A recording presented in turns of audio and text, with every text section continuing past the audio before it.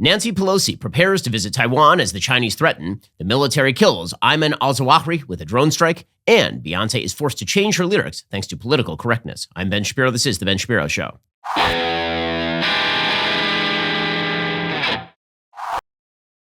Today's show is sponsored by ExpressVPN. Protect your data the same way that I do. Join all of the people who use ExpressVPN, like I do, at expressvpn.com/Ben.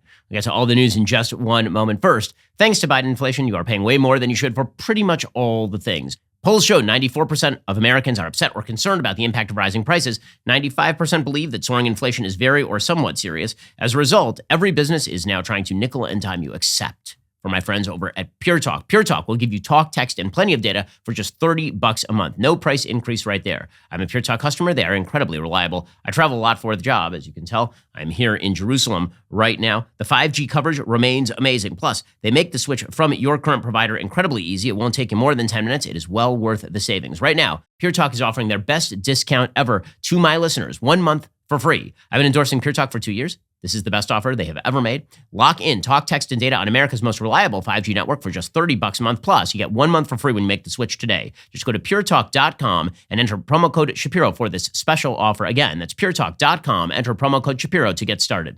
Well, the breaking news of the day is that an American drone strike has now killed Ayman Al Zawahiri. You may remember Ayman Al Zawahiri from such hits as 9/11 and the bombing of the Tanzania and Kenya embassies. Well, he was a key plotter. On September 11th, he took over for Osama bin Laden after Osama bin Laden's untimely demise at the hands of the United States Navy SEALs. Well, President Biden announced on Monday night that Zawahiri had been killed, and he was very triumphal about it, and understandable. I mean, the fact is that it's a very good thing for the United States when a high-ranking terrorist in al-Qaeda is indeed killed. He was killed by drone strike in the heart of downtown Kabul over the weekend. There's a 21-year manhunt for him. Apparently, he was responsible more than anyone except for bin Laden for September 11th. Biden gave a 7-minute nationally televised address from the White House. Here's what it sounded like. The United States successfully concluded an airstrike in Kabul, Afghanistan that killed the emir of al-Qaeda, Ayman Al Zawahiri. You know, Zawahiri was bin Laden's leader. He was with him the whole time.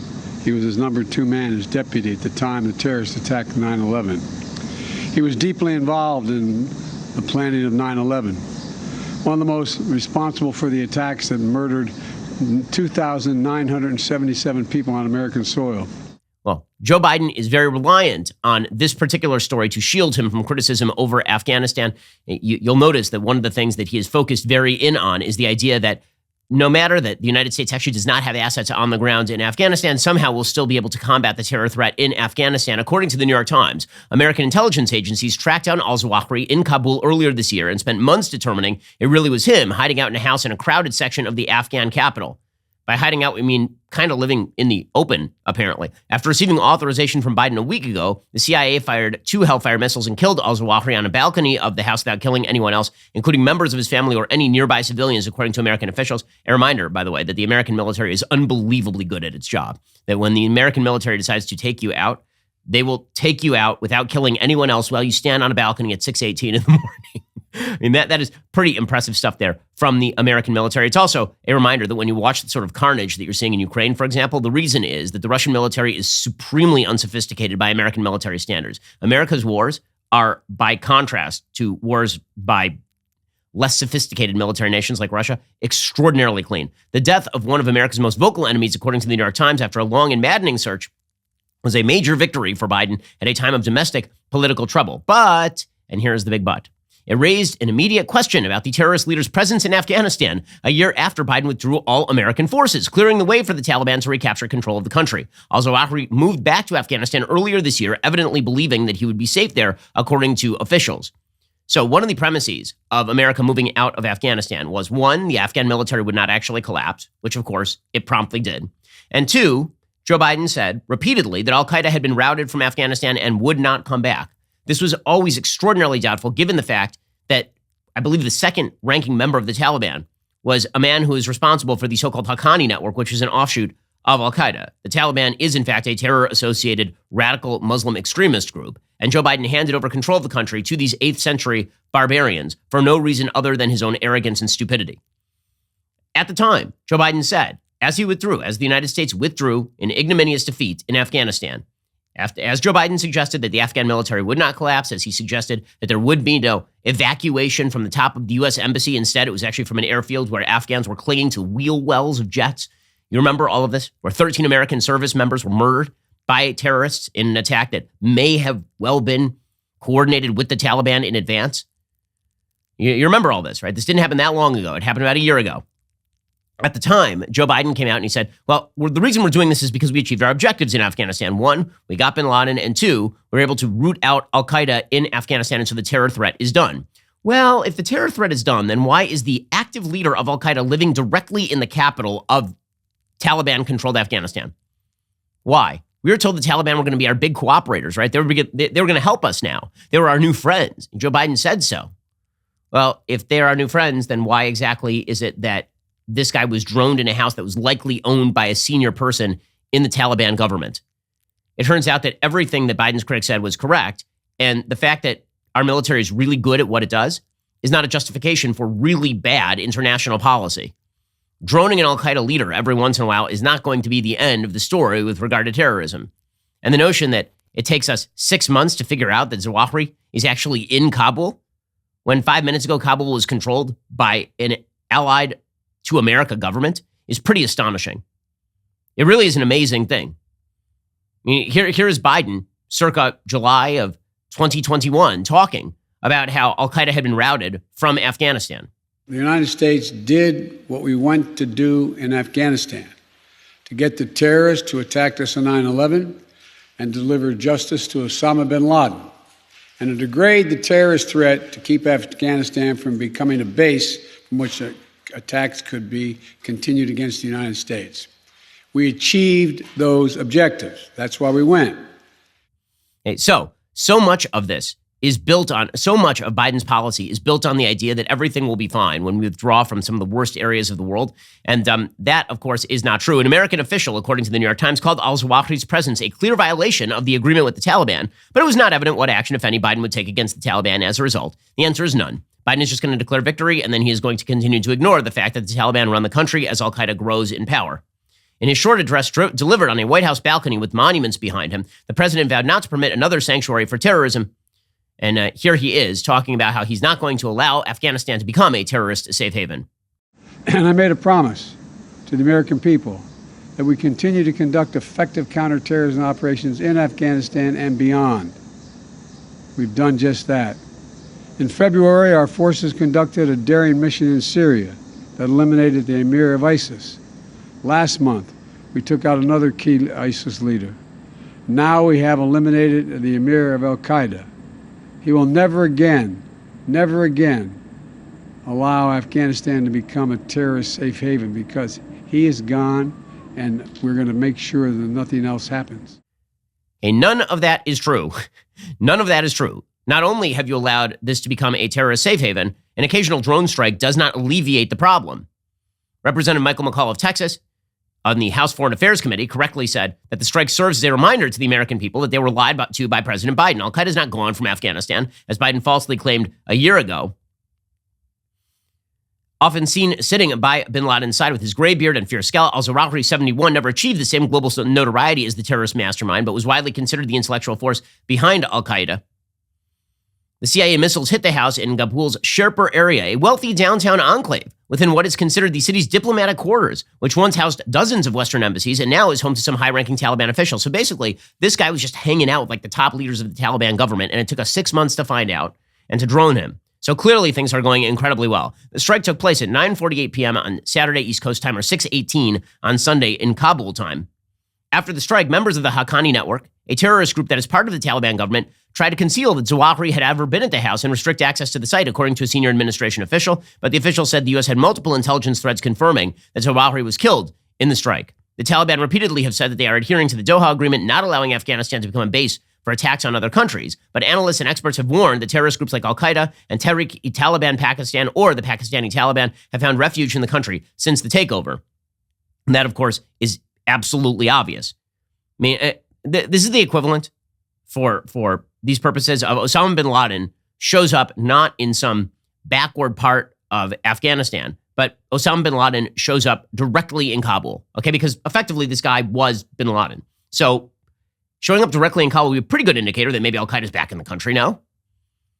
Pakistani officials have warned that cross-border attacks launched by the Pakistani Taliban from Afghanistan surged after the Western-backed government in Afghanistan collapsed. Between last August and the end of April, the Pakistani Taliban carried out 82 attacks in Pakistan, more than double the number over the same period the previous year. And this spring, a UN report warned al-Qaeda had found increased freedom of action in Afghanistan since the Taliban seized power. Again, you have to be willfully blind to pretend that the United States, with no boots on the ground in Afghanistan, is going to have similar control over terrorist areas in Afghanistan as we did a year and a half ago. It's just not true.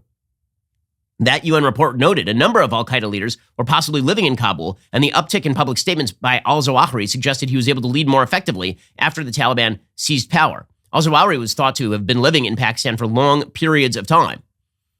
But again, apparently earlier this year, American intelligence sources learned that Al Zawahiri's wife, daughter, and grandchildren had relocated to a house directly in Kabul. A senior administration official told reporters the official said the family had exercised long-standing terrorist tradecraft that was intended to prevent anyone from following them. Still, American intelligence agencies grew increasingly confident Al Zawahiri was at the house as well. Intelligence officials used different sources and methods to build a so-called pattern of life that confirmed his presence. Once Al Zawahiri arrived at the location, American officials were never aware of him leaving. He was observed for sustained periods on the balcony where he was ultimately struck. So Joe Biden is being very triumphal about all of this, but what it actually demonstrates is that everything he said about the pullout from Afghanistan was a lie. That is truly the message here. It is not that the United States can strike whenever and wherever it pleases. It means that we can pull off a sort of spectacular one-off strike like this, but it does not mean that the United States has any sort of control over this territory in terms of al-Qaeda. When the leader of al-Qaeda shows up directly in the place Joe Biden said he would not be, because remember, the Afghan military was never supposed to collapse, and number two, when it did collapse, the Taliban were supposed to be our friends working with us. And now it turns out this guy was basically hobnobbing with the leaders of the Taliban government Joe Biden surrendered to.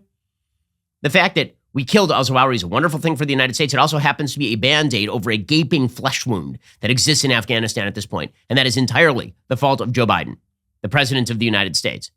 So the media are going to try and, again, paint this as some sort of major victory for Joe Biden. It's a major victory for the U.S. military. I've always been very skeptical of the idea that, for example, the killing of Osama bin Laden was a quote-unquote gutsy call. It is maybe the most obvious call in American foreign policy history. You have the guy who literally murdered 3,000 American citizens on 9/11. You have to send in some SEALs to kill him. And Barack Obama delayed for 4 days about making the call. But the people who really deserve the credit here, not Joe Biden. The people who deserve the credit are the CIA, the American military, the people doing the on-the-ground work to make sure that we can take out terrorists like this. But to pretend that this is a justification of America's quote-unquote over-the-horizon capacity, which is what Joe Biden and company always talked about, Ben Rhodes always talked about, the former national security advisor for Barack Obama, that suddenly we can strike anywhere at any time. Well, it took us 6 months to find this guy, and he was living directly in the middle of Kabul. And his allies are in the Taliban government, like, right now. So just it's a victory for the United States that underscores a major loss for the United States. It is, shall we say, a temporary reprieve from the realities of everyday foreign policy in which this administration routinely surrenders to America's enemies. Well, it is certainly good news that Ayman Al Zawahiri is dead. I have some other good news for you on the more personal front. That is, you can have the best meat in America, like right now. My kids are getting ready to go back to school in a few weeks. They're excited to get back to the classroom, but many American kids are not, because many American kids don't actually know where their meals will be coming from this semester, which is why Good Ranchers has made it their mission to donate 100,000 high-quality meals to kids facing food insecurity and malnourishment this fall semester, which is really awesome. Help them reach their goal of 100,000 donated meals by ordering your box today at goodranchers.com/Ben, because for every box ordered through the month of August, Good Ranchers is going to donate a nutritious meal to a child in need. So again, head on over to goodranchers.com/Ben. So you should do it. Not only because you're doing a good thing, but also because the meat is unbelievably good. They made me a kosher steak. I got to tell you, one of the best steaks I've ever had in my life. Good Ranchers is an award-winning food delivery service that ships 100% American meat and seafood directly to your door. Named the best food subscription service earlier this year, Good Ranchers is the fastest-growing meat company in America. Plus, right now, you can use my code BEN and get $30 off your order plus free shipping. Your purchase furthers their mission to donate 100,000 high-quality meals to kids in need. This is a great cause we should all rally behind. Go to goodranchers.com/Ben today. Use my code BEN when you place your order. Let's help these guys hit their goal. Again, that's goodranchers.com/Ben. Go check them out right now. Now, meanwhile, chaos is breaking out over Nancy Pelosi's visit to Taiwan. According to the Wall Street Journal, Nancy Pelosi says that she is going to visit Taiwan and meet with government officials this week, defying warnings from Beijing not to do so, and setting up the potential for increased tensions between the United States and China. People that Pelosi is planning to see in Taiwan have been informed of her imminent arrival. A person familiar with the matter said, though some details remain in flux, some meetings are scheduled for Tuesday evening. Most are set for Wednesday, the person said, indicating they include Taiwanese government officials. She's definitely coming, the person said. The only variable is whether she spends the night in Taipei. A visit by Pelosi would make her the first House Speaker to do so in 25 years and put her in the center of a long-standing flashpoint in U.S.-China relations, U.S. support for Taiwan, a now democratically governed island, which Beijing claims as Chinese territory. Joe Biden has, I believe twice already during his presidency, suggested that he supports an independent Taiwan, and his Defense Department and State Department had to rush out and say, hey, no, guys, no. We still hold by the one China policy. Taiwan is still theoretically a part of China, but it's two different governances.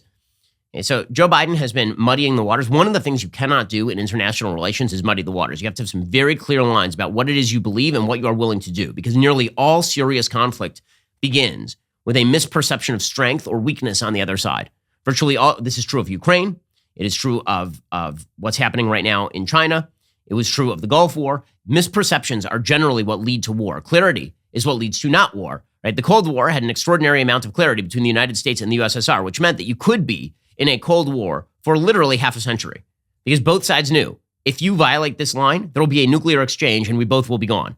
And well, the truth is that the United States is being extraordinarily unclear about what exactly it believes about Taiwan. Joe Biden says things that I think are correct about Taiwanese independence, but he doesn't actually have the stones to back it up in terms of strengthening America's economy, strengthening our military. He's not willing to do any of those things. And so you almost have the worst of both scenarios.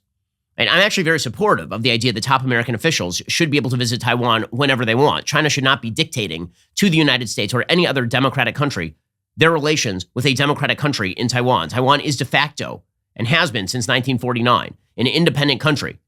When Mao failed to take Taiwan and Chiang Kai-shek fled to Taiwan, and Taiwan was governed as an independent country, it was an independent country.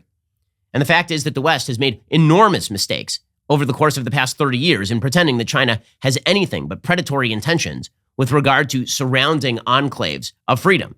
Hong Kong should be an excellent example of why you should not trust the Chinese to allow, quote unquote, two systems within it.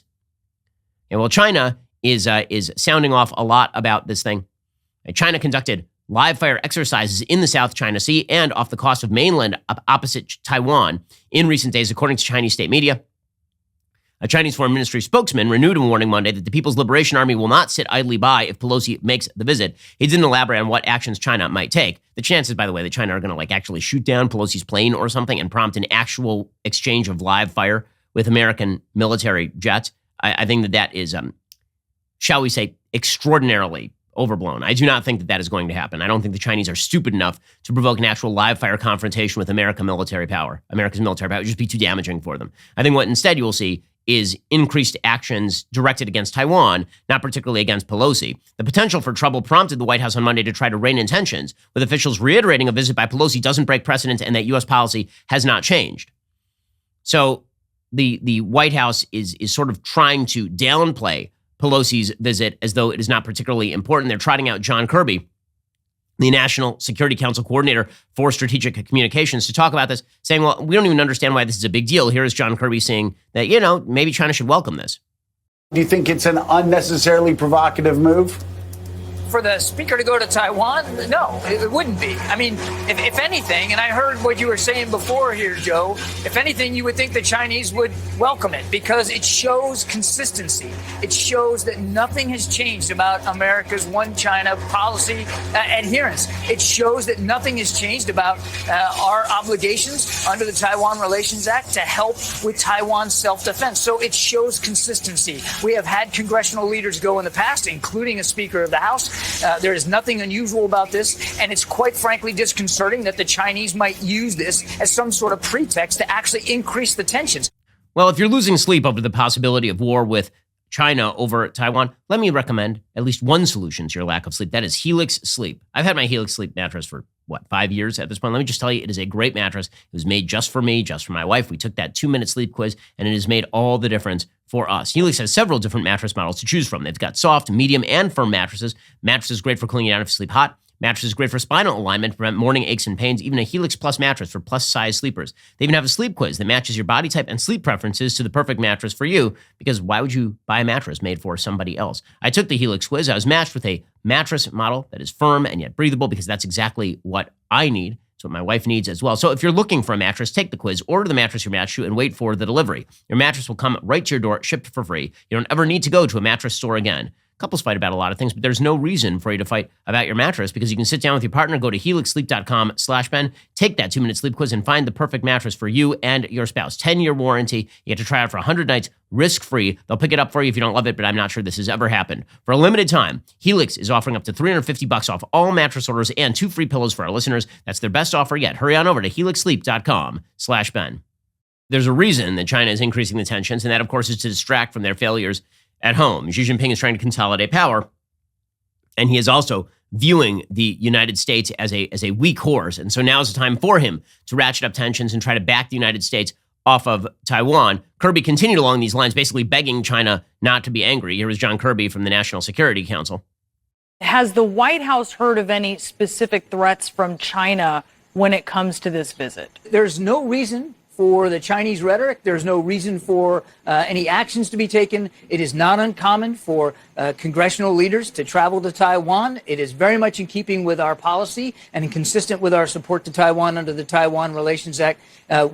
We shouldn't be, as a country, we shouldn't be intimidated by that rhetoric or those potential actions. This is an important trip for the speaker to be on, and we're going to do whatever we can to support her. So I actually agree with John Kirby here. A shocker. I actually agree with the plan by Nancy Pelosi to visit Taiwan, but you better have the balls to back it up, right? That is the key in foreign policy. If you're going to talk big, you better have the stones to back it up, and you better make it clear that you are going to back up that sort of action with serious ramifications if, God forbid, they were to shoot down a jet with Speaker of the House Pelosi on it, right? She's the third ranking official in the United States, not in terms of the executive branch, but third in line for the presidency and the most powerful person in the House of Representatives, which theoretically is supposed to be the most powerful branch of the United States government, not the executive. According to the Wall Street Journal, for Beijing, a visit by Pelosi is seen as a high-profile instance of rising U.S. political and military support for Taiwan, contravening Washington's commitments to limit its ties to the island. Allowing a Pelosi visit to go ahead without consequences, Chinese foreign affairs specialist said, would only invite more senior political officials from the U.S. and other countries,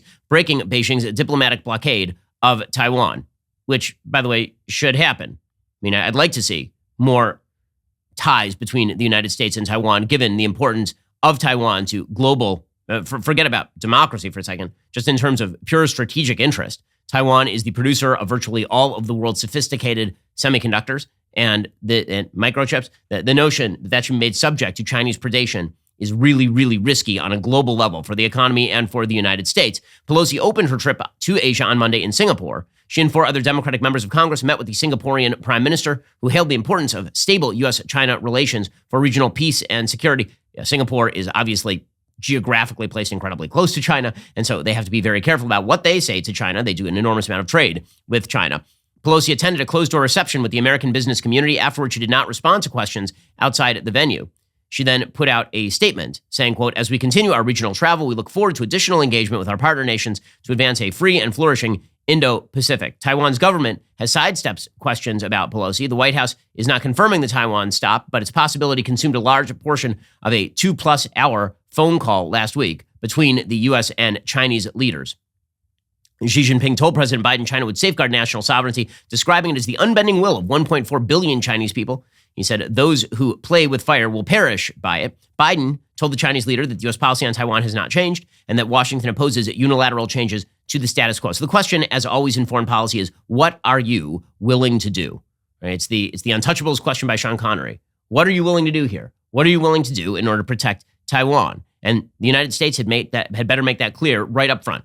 We're talking about what sort of economic measures you are willing to take if China were to go after Taiwan. Would it be what, heavy economic sanctions? What are you willing to do? Is the United States willing to up its amount of military support for Taiwan? What sort of rearmaments are being provided right now to deter a Chinese invasion by making it incredibly costly to engage in such an invasion in the first place? Are you building up your naval superiority? What exactly are you doing? If the Biden administration is just talking big but doesn't have the brass to back it up, then China is going to invade sooner rather than later. Also, again, Xi Jinping has a rather large interest in demonstrating aggressiveness with regard to Taiwan. As the Wall Street Journal editorial board points out, Beijing is escalating its efforts to scuttle a Taiwan visit by House Speaker Nancy Pelosi in the coming days, and the threatening rhetoric from the Communist Party makes more sense when you consider the domestic backdrop. The Chinese economy looks increasingly brittle, so it'd be no surprise if Xi Jinping resorts to nationalist brinksmanship as a distraction. The basic story is slowing economic growth. Beijing has set a GDP growth target of 5.5% in 2022, which is modest by historical standards. Even the party now seems to admit the country is not going to hit that target. Growth was only 2.5% in the first half. For an economy of China's size, with hundreds of millions of citizens still in poverty, this is the functional equivalent of a recession. Well, China is struggling economically, but there's no reason for you not to financially plan the way that China has not financially planned. This is why you should make sure that you have the life insurance that you need right now. We pay hundreds of bucks per year to protect our homes, our cars, even our phones. A lot of us aren't taking the steps necessary to protect our family's finances. Mortgage payments, private student loans, other types of debt, they don't just disappear if something, God forbid, happens to you. A life insurance policy can provide your loved ones with a financial cushion, which they can then use to cover those costs. Having life insurance through your job might not be enough. Many people need up to 10 times more coverage to properly provide for their families. Policy Genius can make this happen for you. Policy Genius is an insurance comparison website that makes it easy to compare quotes from top companies like AIG and Prudential in one place to find your lowest price. You could save 50% or more on life insurance by comparing quotes with Policy Genius. Options start at just $17 per month for $500,000 of coverage. Just click the link in the description or head on over to policygenius.com/Shapiro. Get personalized quotes in minutes. Find the right policy for your needs. The licensed agents at Policy Genius work for you, not the insurance companies. They're on hand throughout the entire process to help you understand your options so you can make decisions with confidence. Policy Genius does not add on extra fees. Your personal information remains private. Policy Genius does not sell your details to third parties. There's a reason that since 2014, Policy Genius has helped over 30 million people shop for insurance. They've placed over $150 billion in coverage. Head on over to policygenius.com/Shapiro. Get your free life insurance quotes. See how much you could save today. The troubles that are being faced by the Chinese government on the economic front are very, very serious because it turns out communism is a garbage way to run a government. Even mercantilist communism is still a garbage way to run a government. And so, as the Wall Street Journal editorial board continues, slowing growth is global, but Xi has added Chinese characteristics. A chronic problem is his dynamic zero-COVID policy, which Beijing shows no signs of easing. This imposes sudden lockdowns and stringent testing requirements anywhere COVID-19 is detected. The lockdowns are a severe strain for ordinary Chinese and a danger to global supply chains passing through China. Foreign companies are rethinking investments. Local firms suffer. Chinese property implosion also continues. A crackdown on property speculation that started in 2020 has now become a broader crisis. A growing list of private developers have defaulted on debt or come close. Falling property values are hurting local governments that rely on land sales for revenue. Basically, China was borrowing extraordinary sums of money to build giant empty cities in the middle of nowhere that are completely abandoned. I mean, I'm talking about like tens of thousands of units that no one is living in, and they built these things as a make-work project for Chinese citizens. Groups of would-be homebuyers recently staged a mortgage strike, refusing to repay loans for apartments that failing developers haven't even completed. Far more worrying is the plight of small business suppliers to failed developers. These creditors hold large quantities of commercial paper, representing money owed for goods and services. In China's Wild West financial system, these IOUs are frequently exchanged as a form of money. A collapse in confidence could do serious damage. Apparently, Beijing is now considering a property bailout that could reach $44 billion. The money would be funneled through state-owned banks to buy unfinished projects, and the government might then rent out some of the homes rather than selling them. So this is consistent with speculation that Xi continues to consolidate extraordinary economic power at the center of the Chinese economy, and they're talking about another public works spending blowout in up to $1 trillion, much of that financed with government debt. So Xi Jinping is trying to redirect away from the failures of the Chinese economy. And so he is trying to challenge the United States. Again, this looks very much like Vladimir Putin. And so the question is, what is the United States going to do? Is the United States willing to actually face up to the possibility of something quite serious? And it seems like kind of not. It seems like they're talking a little bit out of both sides of their mouth. On the one hand, they want to take a very strong position with regard to China. Fine, good. On the other hand, they want to appease Chinese needs. They want to make China feel better about things. You'll recall that this particular administration has undercut specific espionage proposals in the United States directed at Chinese targets. This administration has been softer on China, certainly, than the last administration was. Taiwan, for its part, is preparing the possibility of conflict. According to the Washington Examiner, Taiwanese defense officials have canceled the leave of some soldiers and officers to prepare for a chance of war. China warned early Monday its military would not sit idly by, of course. According to Chinese Foreign Ministry spokesperson Zhao Lijian, he told reporters on Monday, quote, "Her stature as the number 3 U.S. official means the trip would be highly sensitive. As to what measures, let's wait and see whether she insists on the visit," should be the highest ranking U.S. official to visit the island since Newt Gingrich went in 1997. Pelosi released an itinerary, but that itinerary did not include Taiwan in the first place, supposedly for reasons of national security, which makes a certain amount of sense. But again, it's the mixed signals that are being sent by this administration on nearly every front that create serious danger on foreign policy. That was true in Afghanistan. There are mixed signals. Do we support the Afghan government? Do we not support the Afghan government? The answer is we don't. It collapses, and now al-Qaeda is in the center of Kabul. Do we support Taiwan? Do we not support Taiwan? On the one hand, we are sending Nancy Pelosi there in order to demonstrate our solidarity. On the other hand, we're not really doing much to build up the United States Navy. And we also seem to be going soft on China with regard to, for example, international investigations on COVID. Like the countermeasures that we are taking on trade in the Indo-Pacific region are not nearly up to snuff. We are not taking seriously the Chinese threat to the Solomon Islands, for example. And this is true for pretty much every threat on the world stage. We didn't take seriously the threat of Russia to Ukraine until it was too late, and Russia had already invaded Ukraine, and now we're spending tens of billions of dollars in order to protect Ukraine from a complete takeover by the Russian military forces. And all of that is going to get very hairy come winter when it turns out that Russian oil and natural gas, which aren't flowing to Eastern Europe, have some pretty dire consequences in terms of the number of people who might freeze to death.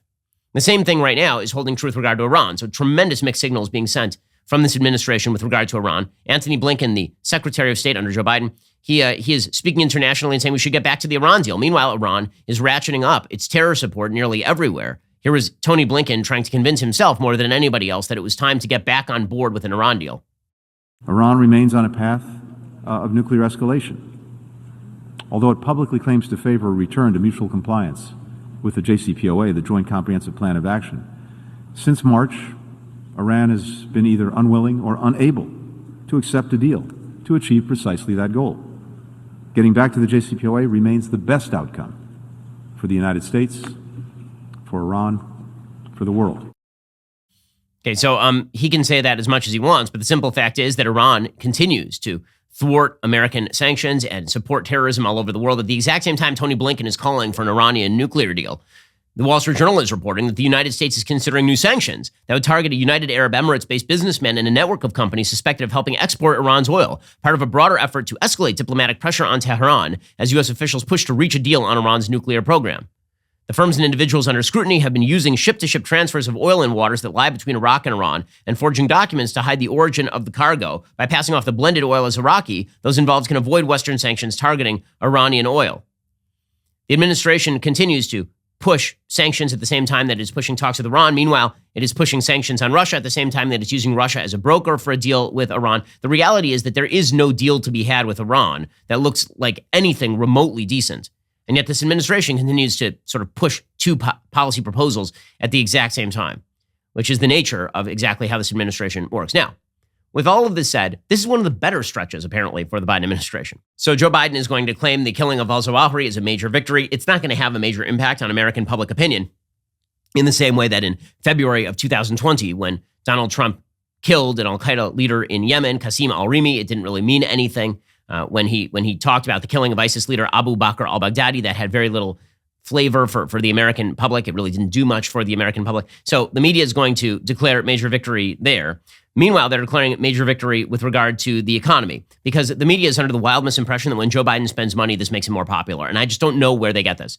I continue to doubt the giant narrative that is spun out by the media and Democrats that every single time they spend buckets of money, this has a major impact on American public opinion. It didn't help Joe Biden. The American Rescue Plan was $1.9 trillion. It did not help Joe Biden. The infrastructure plan was $1.2 trillion. It did not help Joe Biden. And now they're trotting out another $433 billion. And the idea is that this is going to help Joe Biden. No, it's not. His policies are not successful. Because his policies are not successful, it's not going to help Joe Biden. It really is that simple. But according to the media, who are always in the category of do something, this means that if Joe Biden does something, he is more successful than if he doesn't do anything.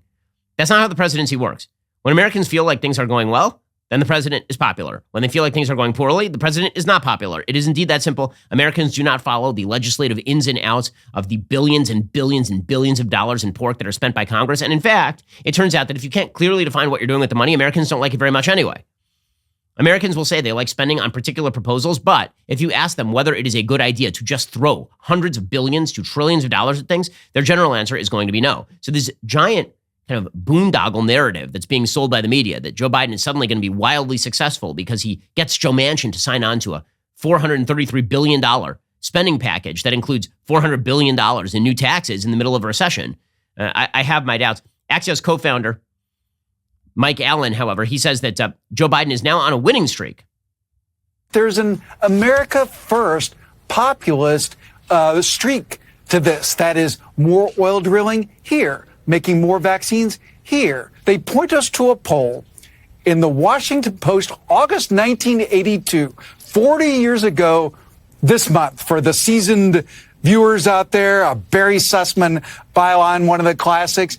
And this was a poll with 58% of people in August 1982 saying that first-term President Ronald Reagan shouldn't run again. And, of course, there's a resonance to this. We've had a parade of polls, people saying that President Biden shouldn't run again. And, of course, Jonathan, the punchline to this, less than 2 years after that poll, in 1984, Ronald Reagan won 49 states, the most electoral votes of any presidential candidate in history. Okay, yeah, the difference is that Ronald Reagan had a booming economy by the time 1984 came around. He had crushed a 10-year stagflationary cycle in the United States economy with interest rates of up to 20% under Paul Volcker, and he had passed tax cuts. So there are a few things that Ronald Reagan did that Joe Biden is doing the opposite of. Namely, Joe Biden created the inflation. The inflation did not exist before Joe Biden. Massive inflationary problems under Joe Biden are not the result of what happened before Joe Biden. They're the result of Joe Biden. Also, the bills that Ronald Reagan passed were pretty popular, and they had a predictably good effect on the American economy. Joe Biden's bills have not had any predictably good effect on the American economy. In fact, he's been throwing inflation gasoline on the fire. So I don't see the relation at all. Again, this idea that just because he passes stuff, this makes him similar to Reagan, I'm going to need some evidence on that one. We'll get to more in just 1 second. First, cryptocurrency. Right now it's taking a hit, but that might mean that it's a good time to actually buy because, again, you buy when the price is down. With the Alto Crypto IRA, you can avoid or defer the taxes when you trade crypto like Bitcoin. Now, I'm an advocate of Bitcoin and Ethereum. I'm not talking about like every Bitcoin that's on I'm not talking about all the crypto that's on the market. I'm talking about like diversify at least a little bit into the more solid cryptos like Bitcoin or Ethereum. I have my own money in those things. Again, diversification is a good idea. Alto Crypto IRA, in particular, is a great way to start investing and trading in crypto with a tax-advantaged retirement account. No commissions, no paperwork. Alto makes investing in crypto incredibly easy. You can create an account in just a few minutes. Invest with as little as $10 and no setup charges. Just create your account, transfer funds, and start investing today. Through Alto's integration with Coinbase, you get secure trading 24/7, 150 plus available coins on their interface, including Bitcoin and Ethereum. Alto offers industry-leading security. That's the advanced encryption standard for wallets and private keys, and alternative investment opportunities through some of the world's most recognized platforms and fund partners. Open an Alto Crypto IRA with as little as $10. Just go to altoira.com/Ben. That's ALTOIRA.com/Ben. Start investing in cryptocurrency today. Go to altoira.com/Ben to get started. Meanwhile, the Democrats are still trying to convince Kyrsten Sinema to sign off on their giant climate and healthcare boondoggle. According to CNN, Democrats this week have the chance to validate their monopoly on political power in Washington, create a legacy of true significance for President Joe. What legacy? That he spent a crap load of money? And even boost their hopes in daunting midterm elections in 3 months. This is all according to the sycophants over at CNN. But first, they must push a back from the dead climate and healthcare initiative through the Senate using their tiny majority, notably by locking in the crucial vote of moderate Arizona Senator Kyrsten Sinema, who has yet to sign off on a bill that may not save Democrats in November, but may at least give them a big new win to run on. No, it doesn't. No, what? Again, I ask you, what is the big new win? What is the top line of the bill? We spent $433 billion on climate change in the middle of a massive energy spike in terms of prices. In the middle of an economic recession, you're sucking money out of the American economy and raising taxes in order to do so. This is your win? I'm so doubtful as to the strategy. It demonstrates, again, I say it all the time, but there's an echo chamber between the media and the Democrats. And so Democrats say, what if we do this thing that makes no sense? And the media are like, if you do that, you'll be super popular. And then they do it, and they're not popular. And then Democrats are like, I have a new solution. What if we do the exact same thing, but like a little bigger? And the media are like, that's an amazing idea. You'll probably be super popular if you do that.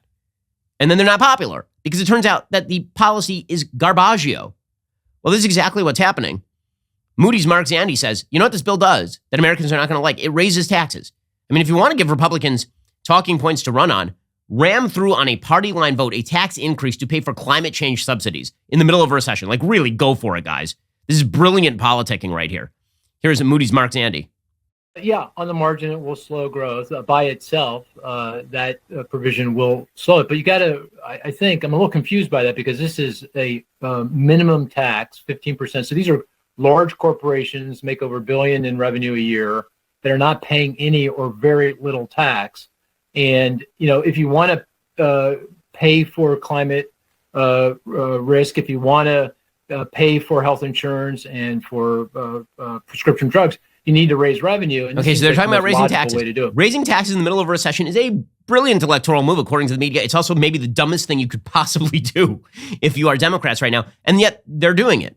So the question for Kyrsten Sinema, who is a swing state senator, is whether she wishes to do this. You understand why Manchin did. He got a payoff. And Manchin's payoff is that they're supposedly going to greenlight a bunch of pipelines in West Virginia. That's the payoff. The payoff is that the energy sector in West Virginia is going to get some pork. But what interest does Kyrsten Sinema have in signing off on this? She herself has explicitly said she's not in favor of raising taxes in the middle of a recession. According to CNN, the vote of Sinema is a question mark. Her support is just as critical as Manchin's. Like Manchin, she's opposed dismantling the Senate filibuster to pass other Democratic priority bills. She did help remodel Biden's larger Build Back Better bill before Manchin blocked it last year. Now there are questions over whether she'll back tax changes affecting private equity investors in the Manchin-Schumer compromise. Manchin suggested on State of the Union on Sunday he hadn't spoken to Sinema since he agreed on the package with Schumer, but he paid tribute to her, his Arizona colleague, and her previous work on reducing prescription drugs. Manchin, of course, is wielding his power. The GOP is talking about putting a bunch of amendments on this bill, and Democrats are going to have to ram this through before that happens. One of the big problems here is that if a single Democrat gets COVID anywhere in this process, they're done because they can't come in to vote, which means that when they can't come in to vote, then they don't actually have a majority. And Pat Toomey, the senator from Pennsylvania, he says, it looks to me like Joe Manchin has been taken to the cleaners. The corporate tax increase is going to slow down growth, probably exacerbate a recession we're already in. Senator Bill Cassidy of Louisiana said another multi-billion-dollar spending bill would inject an incredible amount of uncertainty into the economy just as it entered into a recession. So again, the Democrats are pursuing a bad, dumb policy, and the media are cheering them on. And it's going to get more unpopular over the course of the current debate. Greg Sargent over at the Washington Post points out that one of the problems here is that Republicans can force votes on poison pill amendments to the package, particularly on immigration. One Democrat sounding this alarm is Senator Robert Menendez of New Jersey. He's urging Democrats to unite against all poison pill amendments, meaning like all amendments, no matter how politically difficult it could be for senators facing tough re-election campaigns. He said, I call on all Democrats to stand firm and united against Republican amendments that would hurt immigrant families. So what exactly is happening right here? Well, immigration amendments are unrelated to this climate package, which, by the way, the fact that reconciliation is now being used on climate packages is insane. Reconciliation was meant for budgetary measures. This is not a budgetary measure. It's just a spending bill. So if you can now characterize anything as a spending bill, you can break the filibuster, apparently. But anyway, immigration amendments might be added by the Republicans. Even if Democrats secure 50 votes to pass the package via simple majority reconciliation, Republicans could have a chance to force some tough votes. Take, for example, one scenario feared by Democrats. In it, Republicans would offer an amendment codifying in federal law Title 42. That is the rule expelling asylum-seeking migrants without any hearing, based on COVID threat, for example. There's already a proposed bill on this. It would require the restriction on asylum seeking to remain as long as the federal state of emergency exists on COVID-19. Well, the proposed bill would basically force Democrats on record opening the border. So will Democrats vote that down, or will they add it? Well, there are a bunch of Democrats who are in swing states, like Maggie Hassan in New Hampshire or Mark Kelly in Arizona. Would they vote for that amendment? Manchin and Sinema might vote for that amendment. There could be a bunch of other so-called poison pill amendments that Republicans can add to the bill, including, for example, construction of the border wall. What happens if that passes? Well, at that point, if there's an amendment that, for example, funds the border wall or that extends Title 42, you might see some of the liberals, like Bernie Sanders, vote down the package. If the climate package passes with any such amendments, that would be a terrible outcome as well, says Greg Sargent. It would further weaken our already wavering commitment to asylum or worsen our immigration system in any ways. It's unclear how Democrats can prevent the tactics. Congressional scholar Sarah Binder says federal law governing the reconciliation process allows for a vote-a-rama on the minorities amendments with no majority-imposed limit. Not much can prevent this aside from a deal between both party Senate leaders or mere exhaustions. But this could be really ugly for the Democrats. They could ram through an unpopular bill with a bunch of amendments that they had to vote against. And this is their idea of victory? This is the big win here? I'm going to need an explanation. By the way, the bill that they're calling the Inflation Reduction Act that has nothing to do with reducing inflation. Hilariously, the Penn-Wharton budget model examined the details of this bill and found it doesn't contain any net deficit reduction until 2027. And then through 2031, the impact on inflation is statistically indistinguishable from zero. So there will be no reduction of inflation at a minimum. Maybe there will be an increase in inflation. The $327 billion in new taxes that they are seeking, according to the Wall Street Journal, could slow inflation if the economy falls into recession. That might be the quiet expectation. The tax increases on business will discourage investment while the Federal Reserve is raising business costs with higher interest rates. But that's just asking for a recession at this point. The book income minimum tax would hit the accelerated depreciation in the tax code that lets business write off investment in, say, new factories. Wholesale trade, retail trade, and information companies would get off relatively easy by contrast, but the tax would really hit U.S. manufacturers. So precisely the people who support the blue-collar jobs that Joe Manchin is supposed to stand for, those are the people who are going to get hit by the new tax here. An analysis by the National Association of Manufacturers says the tax in 2023 alone would reduce real GDP by $68.5 billion and cut labor income by $17.1 billion as well. So, good luck. This is Joe Biden's big win. A slow clap for these geniuses. Meanwhile, the Minneapolis Federal Reserve president, he says, you guys are all triumphant about your economy here. You're talking about how oil prices are going down and all the rest. You may have noticed that for most Americans, real wages are still down. So you can talk as much as you want about passing bills making Joe Biden popular. It ain't going to do it. For most Americans, their wages are going up, but they're not going up as fast as inflation. So most Americans' real wages, real incomes are going down. That's why families are finding it increasingly hard to make ends meet. When they go to the grocery store, when they buy necessities, they're not able to buy as much because they're getting a real wage cut because inflation is growing so quickly. I mean, typically we think about wage-driven inflation, where wages grow quickly and then that leads to higher prices in a self-fulfilling spiral. That is not yet happening. High prices and wages are now trying to catch up to those high prices. Those high prices are being driven by supply chains and the war in Ukraine, among other factors. Yeah, bottom line here is the American people are rightly, extraordinarily skeptical of Joe Biden and his economic plans right now, and all of the happy talk in the world about how we're not really in a recession. If we spend more money, if Joe Manchin signs up, we'll have something to run on. Again, this is not correct. This is just not correct. The simple fact of the matter is that Joe Biden already has run on what Joe Biden is: a big spending, high tax, horrible foreign policy leader who has driven gas prices to extraordinary highs, who has driven your costs to extraordinary highs, who has lowered real wages in significant fashion, who has surrendered Afghanistan to the Taliban, who has weakened America on the world stage to the point that there was a full-scale European war in place because the Russians thought that the West was just weak because of Joe Biden. That's who this president is. And none of the underlying factors here are changing. And you can see this, by the way, in Joe Biden's approval rating. All this talk about how Joe Biden is enjoying some sort of massive boost in the approval ratings. I'm wondering exactly where they are getting this. I'm looking at the Real Clear Politics approval ratings for Joe Biden right now. His job approval remains at negative 17%. He's still near his all-time lows. He's still approve 39%, disapprove 56%. So that one right there, that's a big no. And passing more bills that people don't like, that's not going to do it. Well, folks, recently we celebrated the 1-year anniversary of our podcast, Morning Wire. In the short time it has existed, it has become one of the top news podcasts in America. New episodes are available every morning, 7 days a week. They cover the most important stories of the day. So check out Morning Wire on Apple Podcasts, Spotify, Daily Wire Plus, or wherever you listen to podcasts. Alrighty, guys, we have a lot more news to cover. I'm out of time here on YouTube, Apple Podcasts, and the like. So if you want to enjoy the rest of the show, become a Daily Wire Plus member. Head on over to dailywire.com/Ben. Become a member today. Okay, meanwhile, on the cultural front here in the United States, we have a very sad story.